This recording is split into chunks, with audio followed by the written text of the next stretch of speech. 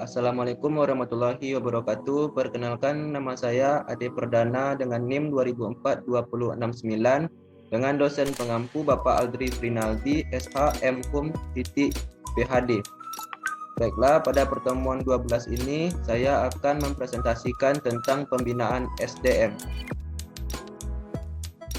Baiklah, pada materi pertama yaitu disiplin sumber daya manusia. Menurut Profesor Dr. Sondang P. Siagian MPA mengemukakan bahwa disiplin adalah bentuk pelatihan yang berusaha memperbaiki dan membentuk pengetahuan, sikap dan perilaku karyawan sehingga para karyawan tersebut secara sukarela berusaha bekerja secara kooperatif dengan para karyawan yang lain serta meningkatkan prestasi. Kedisiplinan adalah fungsi MSDM yang terpenting dan menjadi tolak ukur untuk mengukur atau mengetahui apakah fungsi-fungsi MSDM lainnya secara keseluruhan telah dilaksanakan dengan baik atau tidak. Kedisiplinan karyawan yang baik mencerminkan bahwa fungsi-fungsi MSDM lainnya telah dilaksanakan sesuai dengan rencana. Sebaliknya, jika kedisiplinan karyawan kurang baik, berarti penerapan fungsi-fungsi MSDM pada perusahaan kurang baik. Bentuk-bentuk kedisiplinan kerja. 1. Pendisiplinan preventif. Pendisiplinan yang bersifat preventif adalah tindakan yang mendorong para karyawan untuk taat kepada berbagai ketentuan yang berlaku dan memenuhi standar yang telah ditetapkan. Artinya, melalui kejelasan dan penjelasan tentang pola sikap, tindakan, dan perilaku yang diinginkan dari setiap anggota organisasi, diusahakan pencegahan jangan sampai para karyawan berperilaku negatif. 2. Pendisiplinan korektif. Kegiatan untuk menangani pelanggaran terhadap aturan agar tidak terjadi pelanggaran lebih lanjut atau tindakan pendisiplinan. 3. Pendisiplinan progresif. Memberikan hukuman yang lebih berat terhadap pelanggaran yang berulang. Materi kedua yaitu pembinaan jiwa korps dan kode etik MSDM.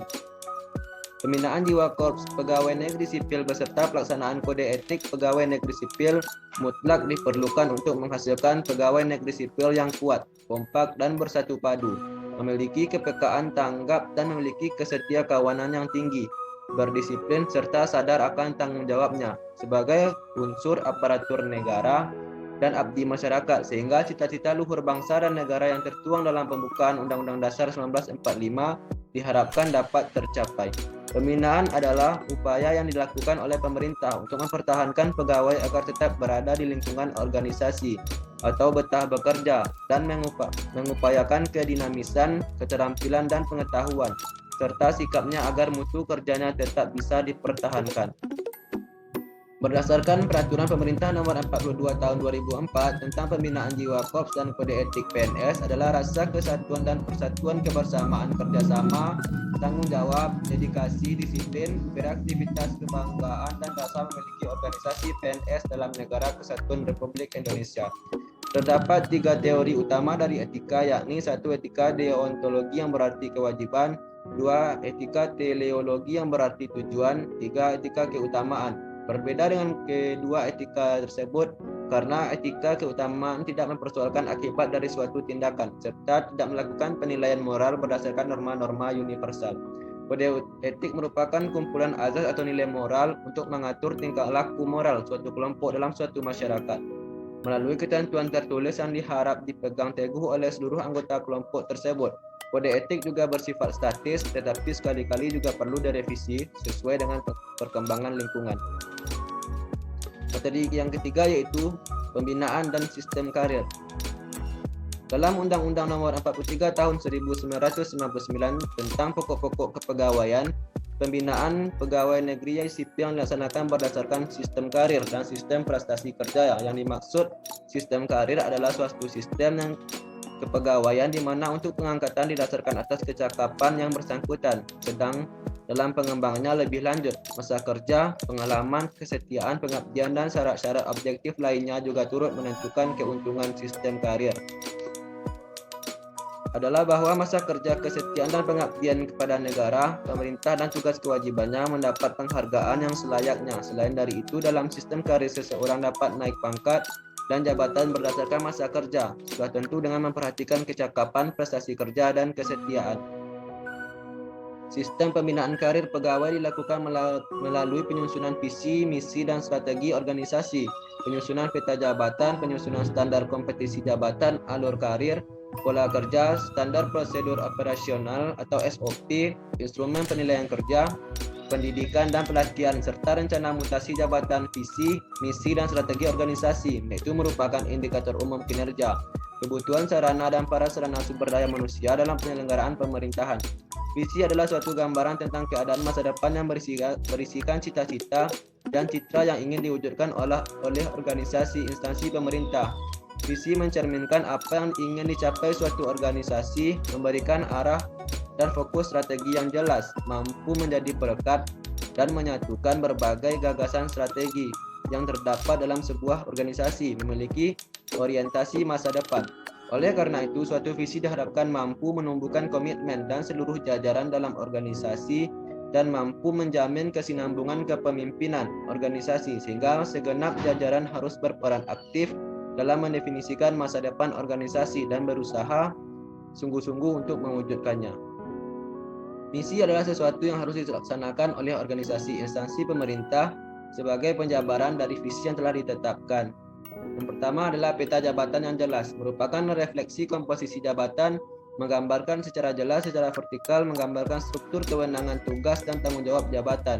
Secara horizontal, menggambarkan pengelompokan jenis dan spesifikasi tugas dalam organisasi. 2. Standar kompetensi jabatan, yaitu lingkup tugas dan syarat jabatan yang harus dipenuhi untuk menduduki suatu jabatan agar tercapai sasaran organisasi yang menjadi tugas, hak, kewajiban, dan tanggung jawab dari pemangku jabatan. 3 adalah alur karir, yaitu pola alternatif lintasan perkembangan dan kemajuan pegawai sepanjang pengabdiannya dalam organisasi. 4 yaitu pola karir pegawai, adalah pola pembinaan pegawai yang menggambarkan alur pengembangan karir yang menunjukkan keterkaitan dan kekerasan antara jabatan, pangkat, pendidikan, dan pelatihan jabatan kompetensi, serta masa jabatan seseorang pegawai dapat diketahui sejak pengangkatan pertama dalam jabatan tertentu sampai dengan pensiun. Yang kelima adalah pola kerja, adalah mekanisme berlangsungnya proses pelaksanaan pekerjaan pada suatu organisasi. 6 yaitu standar operating procedure, yaitu SOP, agar dapat menjalankan tugas pokok dan fungsi organisasi dengan optimal, maka organisasi harus memiliki suatu prosedur kerja. 7 instrumen penilaian kinerja. Kinerja instansi pemerintah adalah gambaran mengenai tingkat capaian sasaran maupun tujuan instansi pemerintah sebagai penjabaran dari visi, misi, dan strategi instansi pemerintah yang mengindikasikan tingkat keberhasilan dan kegagalan pelaksanaan kegiatan sesuai dengan program atau kebijakan yang ditetapkan. 8 yaitu pendidikan dan pelatihan pegawai, yaitu upaya untuk menyelaraskan kinerja pegawai yang menduduki jabatan dan standar kompetensi yang ditetapkan. 9 rencana mutasi jabatan, disusun berdasarkan tingkat potensi pegawai, jenjang jabatan, dan standar kompetensi jabatan. 10 mutasi. 11 menurut survei bahwa karyawan cepat keluar dari pekerjaannya bila mana pihak yayasan mempunyai kebijakan yang tidak populer dan tidak sesuai program jangka pendek, menengah, dan jangka panjang. Syarat-syarat pengangkatan pegawai negeri dalam hal menjalankan suatu jabatan dalam rangka memimpin suatu organisasi dalam negara diatur dalam Peraturan Pemerintah Nomor 100 Tahun 2000 antara lain sebagai berikut. 1 adalah berstatus sebagai pegawai negeri. 2 memiliki kualifikasi dan tingkat pendidikan yang telah ditentukan. 3 memiliki kompetensi jabatan yang diperlukan. 4 yaitu sehat jasmani dan rohani. Persyaratan pengangkatan pegawai dalam menduduki suatu jabatan antara lain: 1 faktor senioritas dalam kepangkatan, 2 usia, 3 pendidikan, 4 pengalaman.